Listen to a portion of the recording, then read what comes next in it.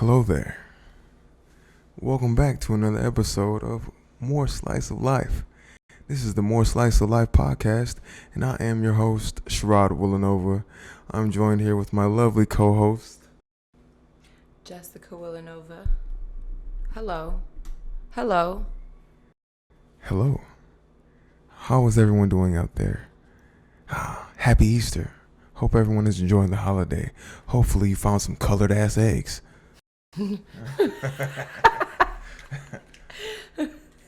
As always, we're finna light these incense and these candles.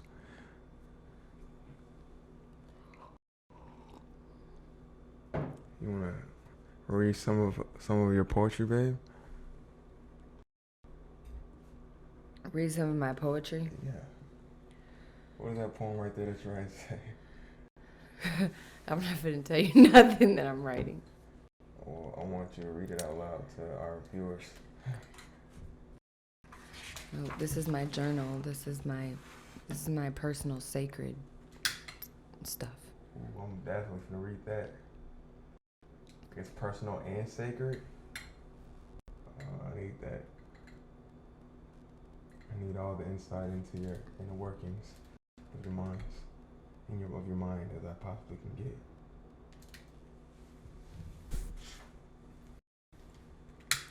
There might be some stuff in there I can use.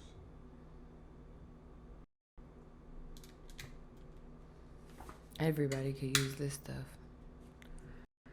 Is there some good recipes in there? Yeah. So far. Okay. All right, now, ladies and gentlemen, we're finna just jump right into our first topic of the night. Bear with me because I didn't think it out very much before I wrote it down. So we're gonna work it out here. So there's this thing that I wanted to talk about.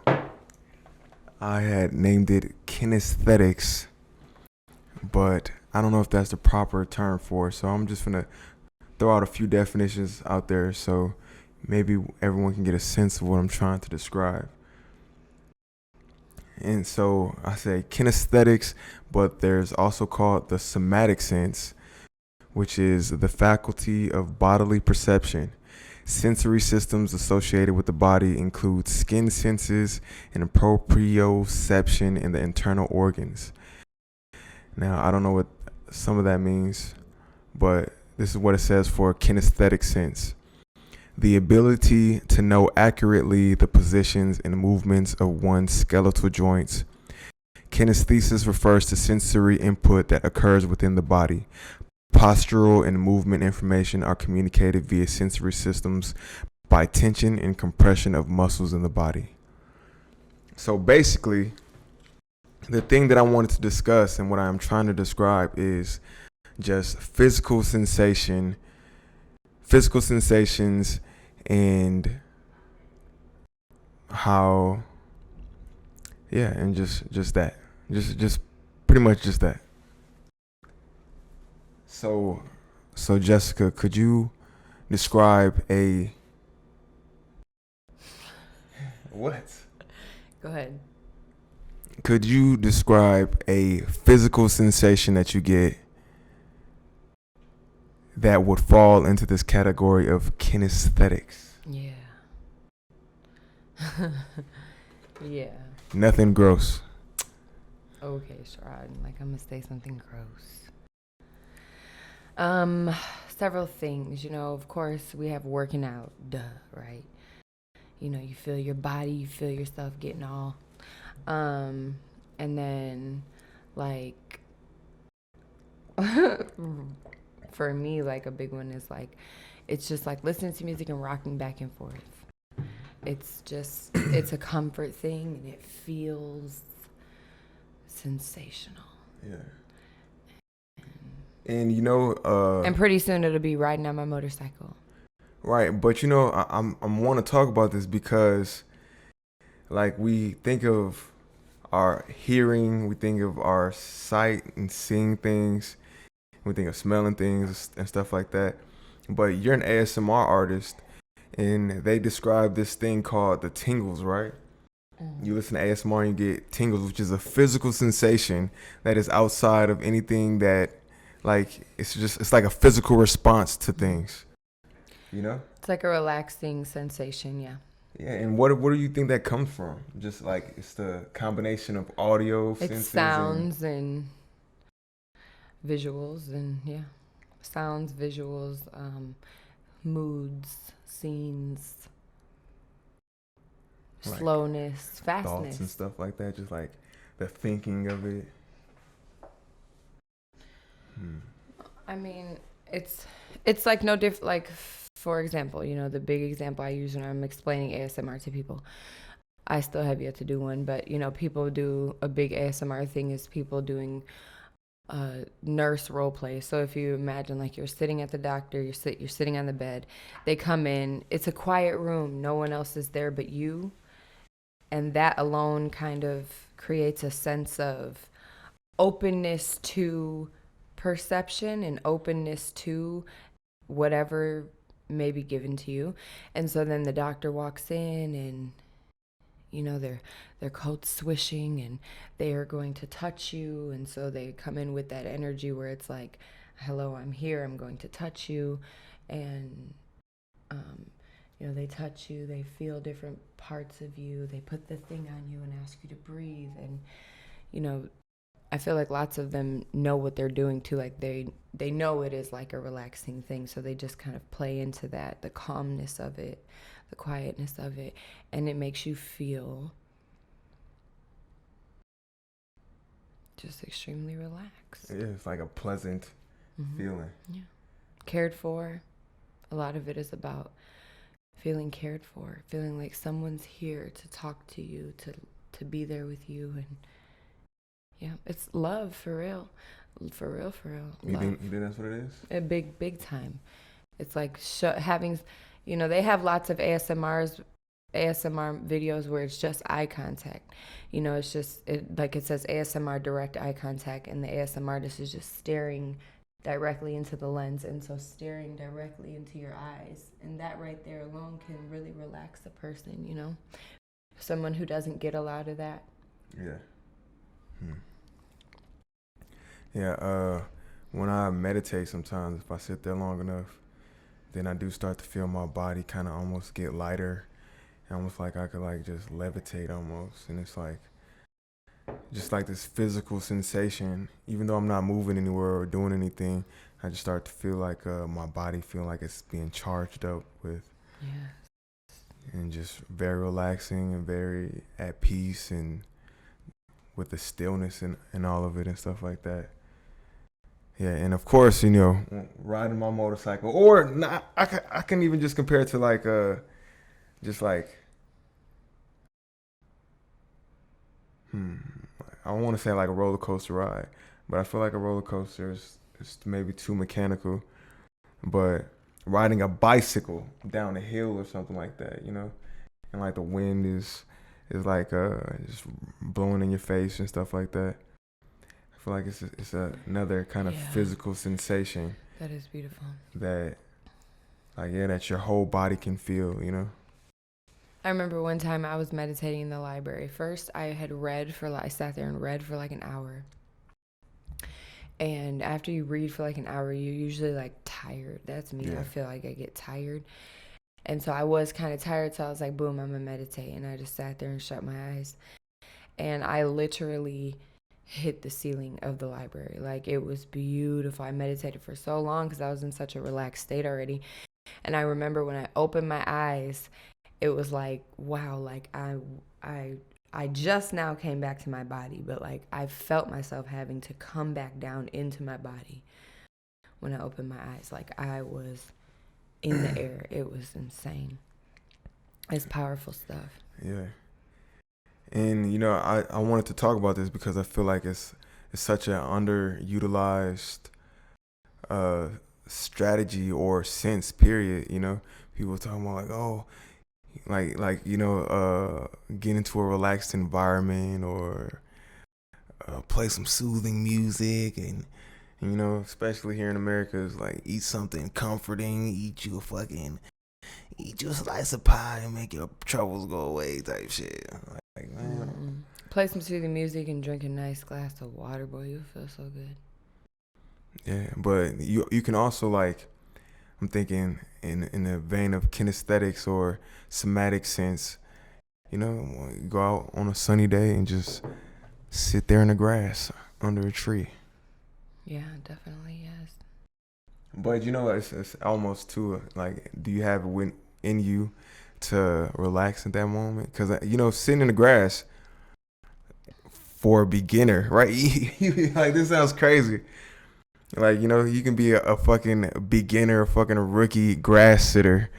You know, you sit in the grass and like, oh my god, the grass is itching. You know, there's bugs in here, and oh my god, there's fucking flies on these. Bring a big blanket.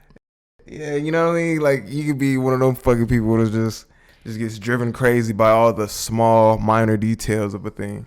Yeah, set yourself up for success. Bring a blanket, bring a pillow, bring 3 books and a magazine, and get real comfy outside in the sun. Bring a big ass picnic basket full of Big Macs. Nah, don't bring the Big Macs. Maybe not. Maybe just bring some celery. Bring sub sandwiches. Bring a celery. Oh my god, I was gonna say, did you say Subway? That's crazy. But you didn't. Okay. Well, yeah, just think about that, I guess. Anyway, we're finna move on to something more serious, a serious topic. I've read in the news and heard in the news that certain places, I think Israel is one of them. I want to say somewhere else in like maybe New Zealand or Australia or something like that. They're talking about implementing vaccine passports. You want to go somewhere, you want to go to the movies, you want to go to the music venue, you want to go see your favorite band, you want to go visit grandmama at fucking in Italy or wherever the fuck she may be. We need proof of a vaccine, son. How do you feel about that? Like, you know, of course, there's 2 sides to how I feel about it. The one hand is like, I'm done with this. I'm tired of it. It's so stupid. Make it all go away. Everyone's fine. Everyone's going to be fine. And then the other side is like, sure, lots of old, like already compromised people died. Sure, like, let's keep people safe. Let's play this stupid game. But, like, I don't know. For me, I'm not going to get vaccinated. And that's that. And I'm not going to Italy anytime soon. I'm not going to worry about it. I need to do local what's the word? International. No. What's the word when you're not going international? Domestic. Just domestic traveling this year, a lot of it, because I still haven't even done enough of that. And then next year or the year after, I'll be looking at international, and hopefully by then this will be over with. So I feel like it's not gonna hit us until it impacts something that we do on an everyday basis.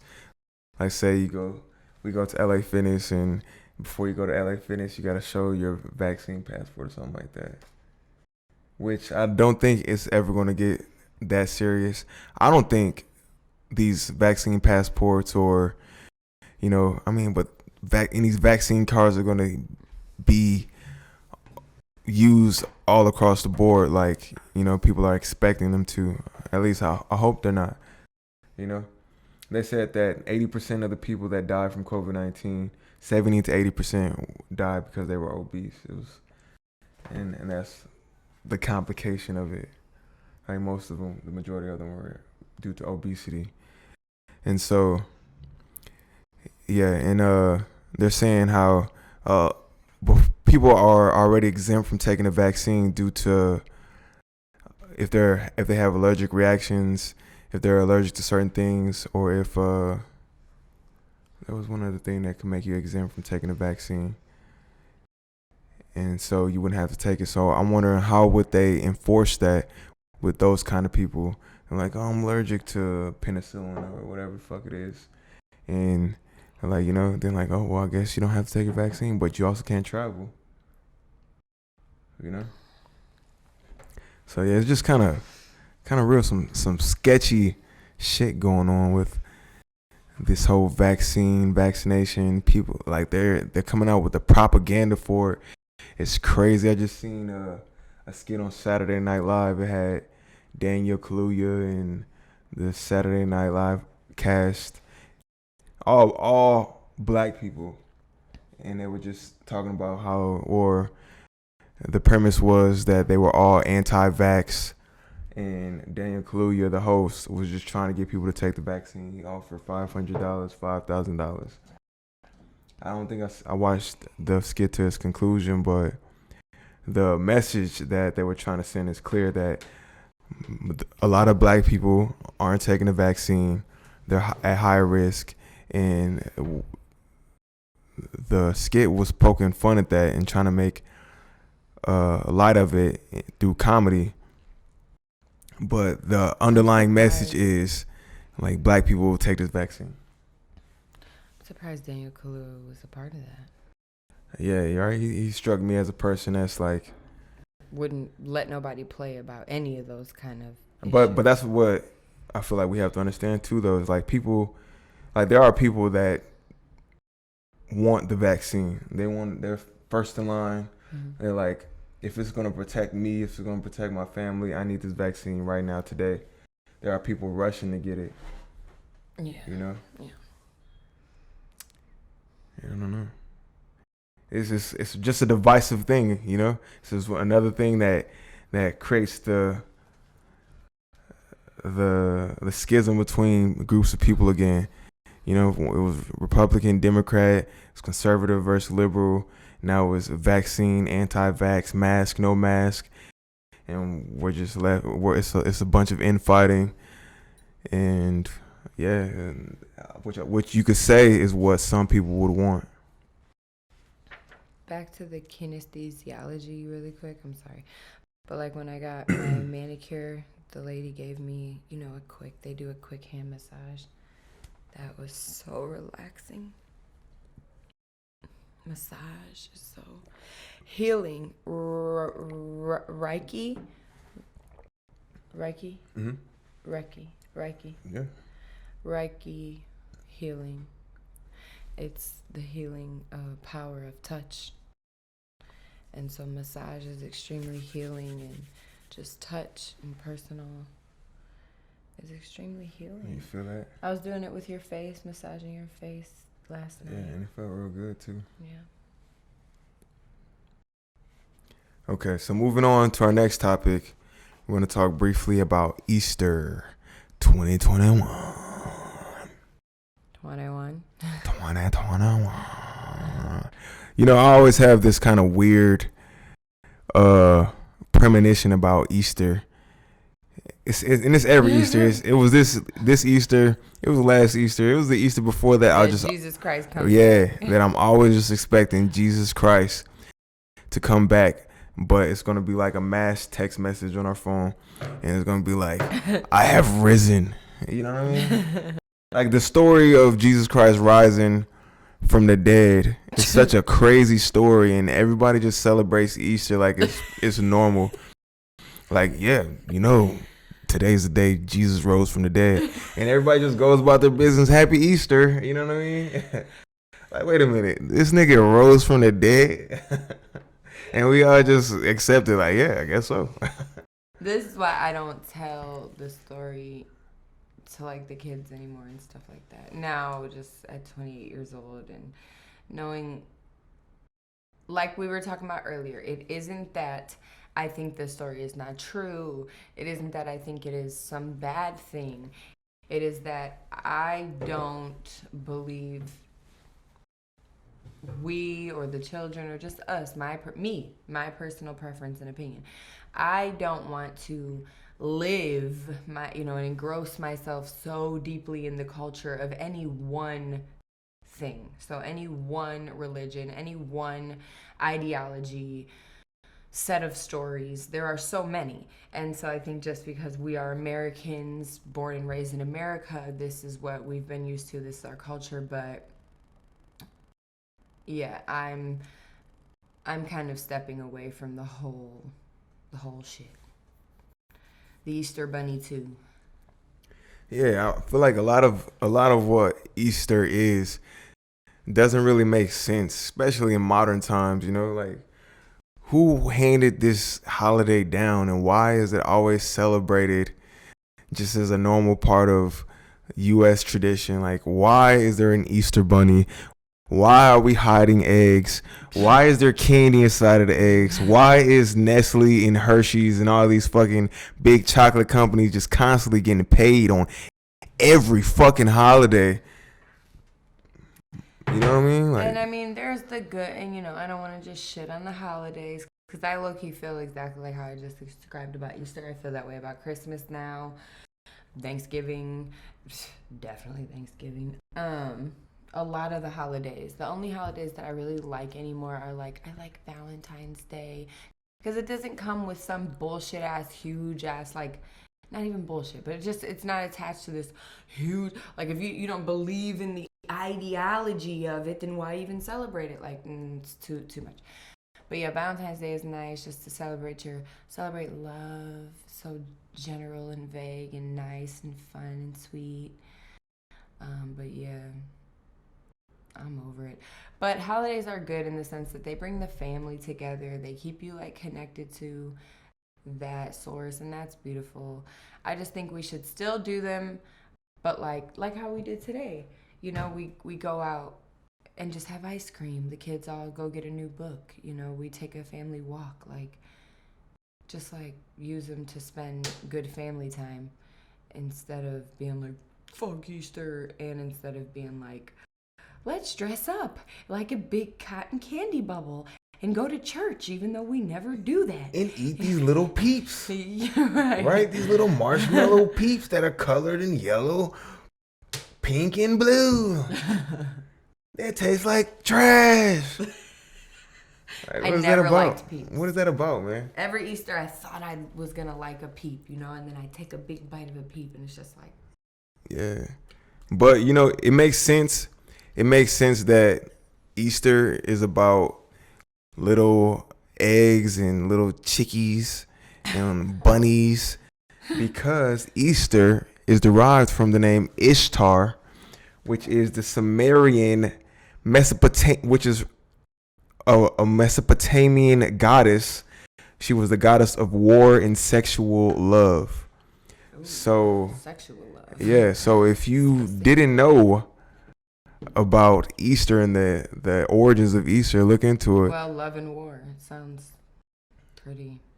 Sounds right on when it comes to American history and stuff like that. We're gonna make war, and and then sell sex. Sex sells. Wait, but I don't think. How did the word Easter? I think it came from the Germans. Because the naming of the celebration as Easter Like seems Eoster. to go back to the name of a pre-Christian goddess in England, Eoster, who was celebrated at the beginning of spring.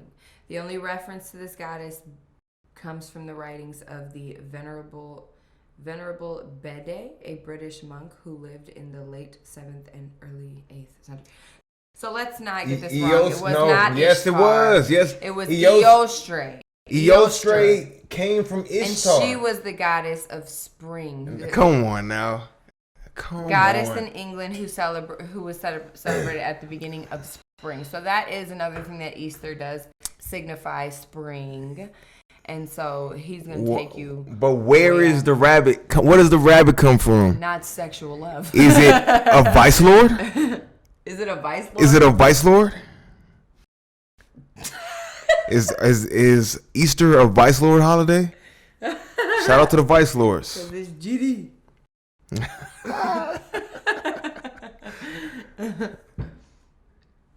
Because I don't think it's just Eoster. I just read it. You were wrong. I knew you were wrong when you were reading it earlier. Ishtar, goddess of love and sexual love. That's not what Easter is about at all. Yeah, that's where it came from. That's the origins of the holiday. Eoster sounds way more like Easter than Ishtar. Wait. It said Eoster from where? Some Buddhist monk? The goddess of England. Some bunk ass monk came up with this idea? No, the writings were from one guy. One guy. The naming of the celebration as Easter seems to go back to the name of a pre-Christian go back. goddess in England, but it doesn't say That's that. usnews.com. You gotta find a more reputable source than that.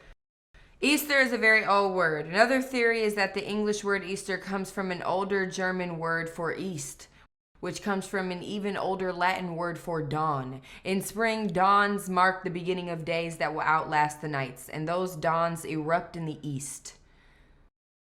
And that's all it said? I mean, come on now. Okay, but ladies and gentlemen, she's looking this up on Google, which if you know, you got to look at DuckDuckGo. And that's going to tell you the real shit. You understand me? Get on DuckDuckGo, Google the origins of Easter. You'll find Ishtar and the Sumerians, and you'll see all of the fucking nefarious bullshit. Buy some Easter eggs. Duck.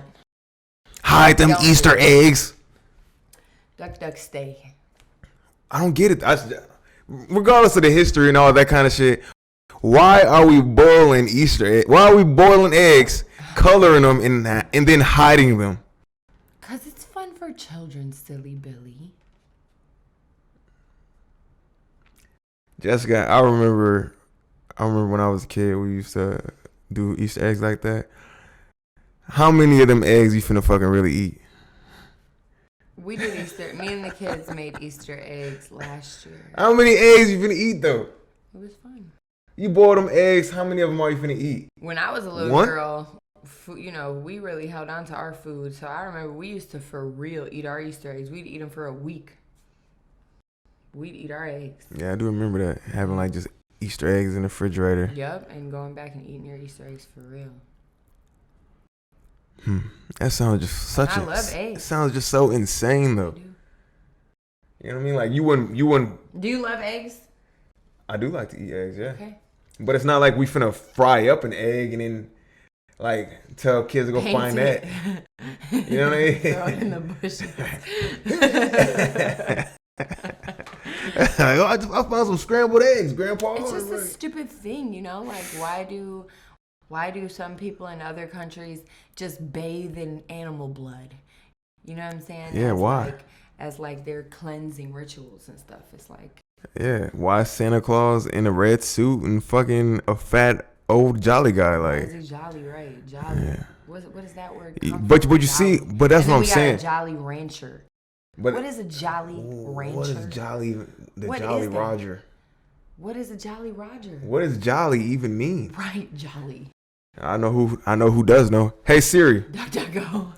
What does Jolly mean? As an adjective, it means happy and cheerful. Do you want to hear the next one? Yes. This is an informal term. As a verb, it means encourage someone in a friendly way. To jolly someone. Want to hear one more? Yes. No, thanks. Thanks. This is an informal term. As an adverb, it means very, extremely. Want to hear the next one? You are thanks. Jolly good. Yeah, like people say, jolly good fellow. I don't know. Let's have a jolly good time. But it just makes me think that how like we didn't put any none of this shit happened because I wanted to do fucking Easter or I wanted to do Thanksgiving or Christmas. This shit has just been handed down to us, and here we are, like.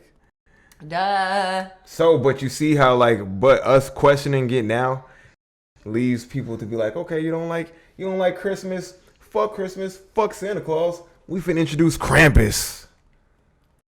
You know who that is, right? No. You like the Christmas demon that goes around eating kids that are bad and stuff like that. So that's like a growing trend. You found this on DuckDuckGo. No, it's a movie about it now. Like they got plenty of movies about Krampus and now, you know what I mean? Like, oh, you don't like the happy Christmas story. Okay, we'll give you some demons. What you know what I mean?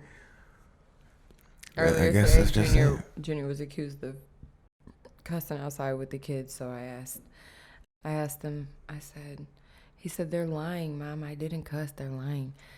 And I said, Junior, I really hope you're not lying, because lying is the worst thing that you could do. Lying is not good. And he said, Mom, Ask Siri if I'm lying. Ew, why is he so smart? Hey Siri, do kids lie?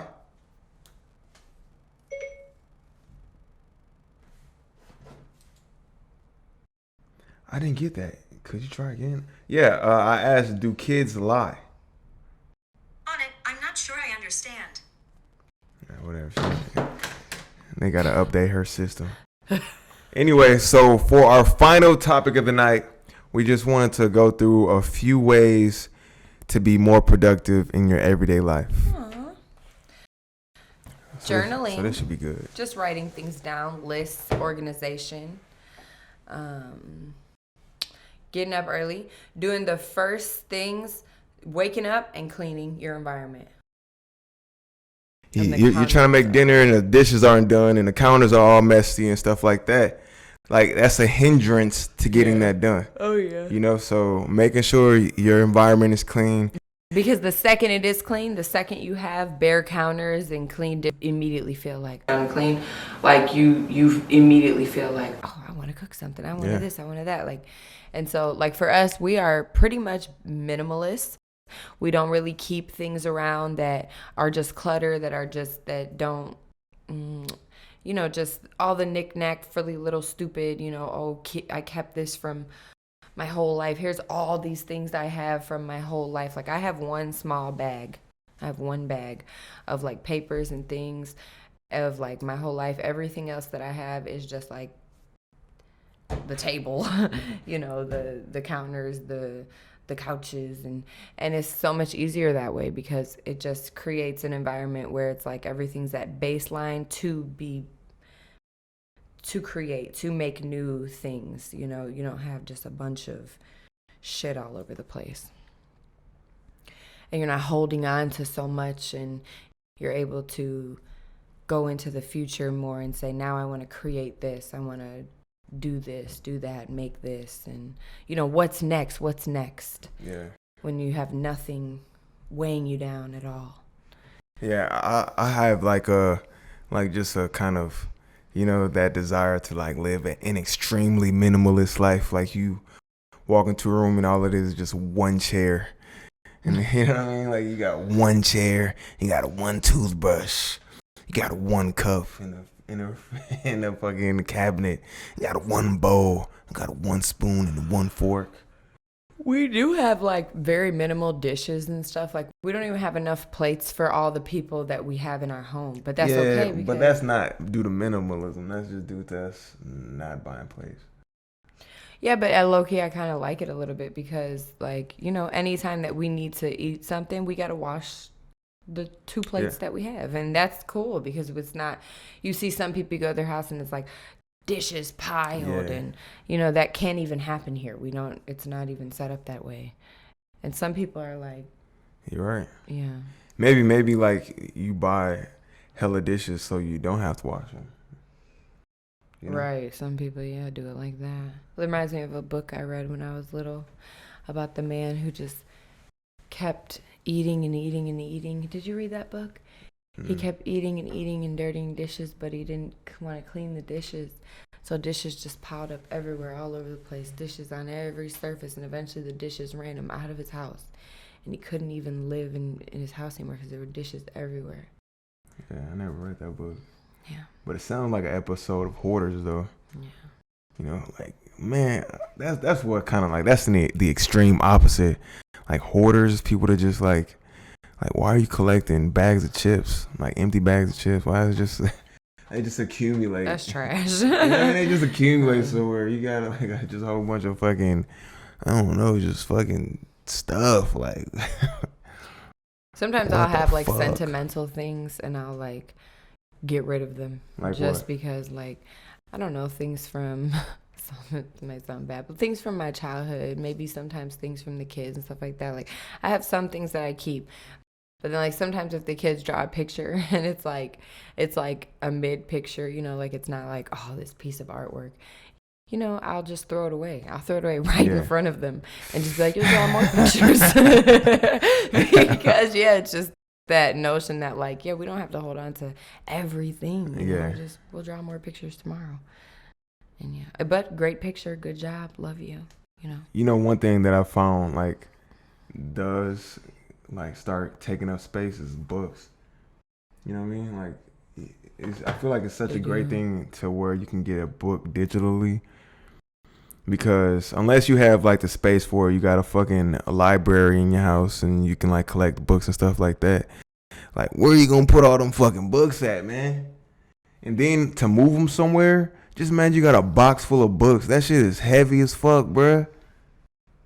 You know what I mean? You got these big ass books and you just, like, you know what I mean? You carrying a box, you usually like, what's in there? Oh, this is my important stuff. This is my valuables. Nah, nigga, this is a big ass box of books that you already done read. Yeah. You know what I mean? Like, we have a lot of books that we've already read here in this house. But are you finna go back and reread them? Right. Like, I mean, I tell myself I am like, man, that was a good book. I might go back and read it a second time, but I never do. Yeah. I don't want to reread a book ever. I feel like that's space for a new book. Right. And so that's why I feel like now you should like trade it, or they got the give it away book exchange things and stuff like that. Just leave a book, take a book. Right. I think that's a good way of getting rid of your books and stuff. I want to start new things really quick, before we end the podcast. Let's talk Mm-hmm. about that. What's some new things we could start? Something in the community. We didn't even finish ways to be productive. We gave them one way. Okay, fine. You're right. We'll stay on topic. Staying on task is a way to be productive, for sure. Well, I think that's one the same thing at a time. Yeah, doing one thing fully with your full attention. Absolutely. Is a good way to be productive. Instead of like task switching, you know what I mean? Or you work like that, because I work like that lots of times. You were actually the person I was just thinking of. What? Just like how you'll start doing the dishes and you'll wash them all, and then set them aside, and then you go do something completely different. Then I go back and I rinse them. Yeah, but I'm just saying, like, because like I was just saying. Because like I was just like, I get bored of being right there. I want to go be somewhere else, and then I come back to being right there. Like I was just saying, some people, and I'm one of them, they do things and it's like it's still gonna take, if it takes you 2 hours to like clean the bathroom all at once, then the other bathroom all at once, and then the living room, and then the kitchen, it could still take that same exact 2 hours to like go around and slowly but surely just get everything together all at once, and for it to come together. And that's just how my brain wants to do things, and that's how I end up doing things, and it always comes together. Yeah. And that's fine too. Okay, so then give us one thing that you do, like when you do it, do that thing, and that's it.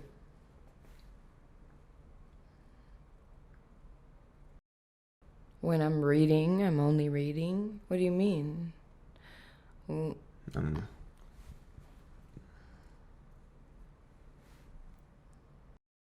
Okay, all right. So, what about you? What? How do you do things? I like to think that I do things.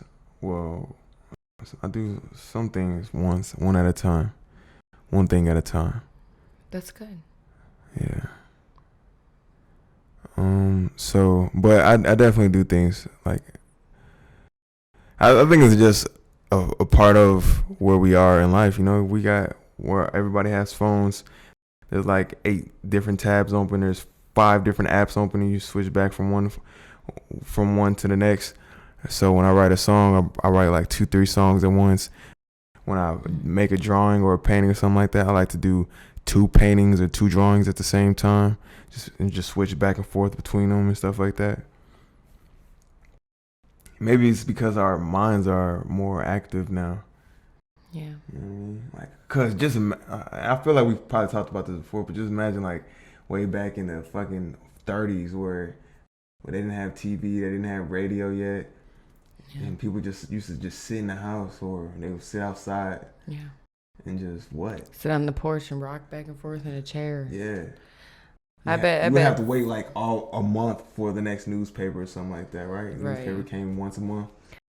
I bet it was so much simpler, so much more just easeful. Is that a word? Yeah. But yeah, now we are very overstimulated and we're very productive. But okay, but ways to be more productive. Give a couple.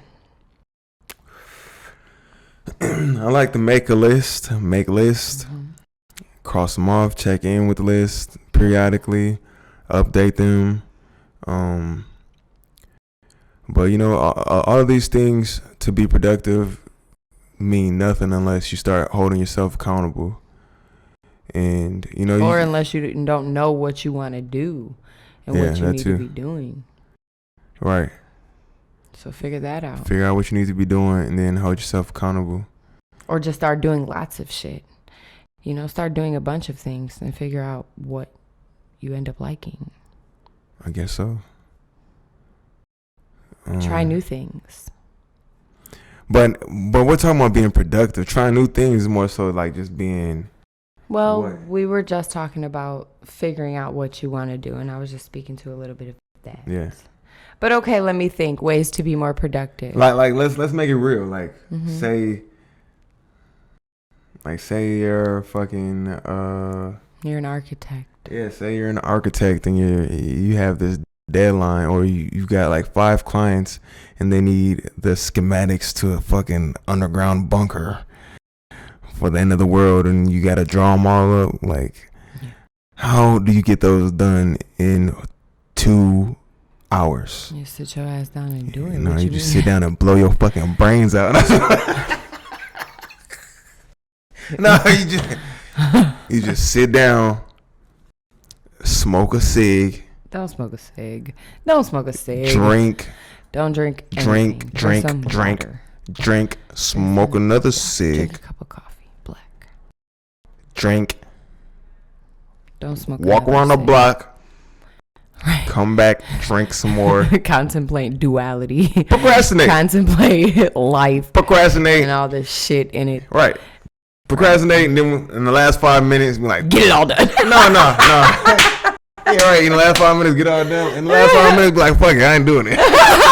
No, that was never me. That's real. I've always been the type, like growing up, homework, anything, like to procrastinate, but then I bang it out at the last minute. I work well under pressure, and I end up coming out. You know, I always got good grades when I did my work, stuff like that. You will get it all done. Yeah, like I got all of it done. Honey, I graduated high school. I was the first in my family to graduate high school.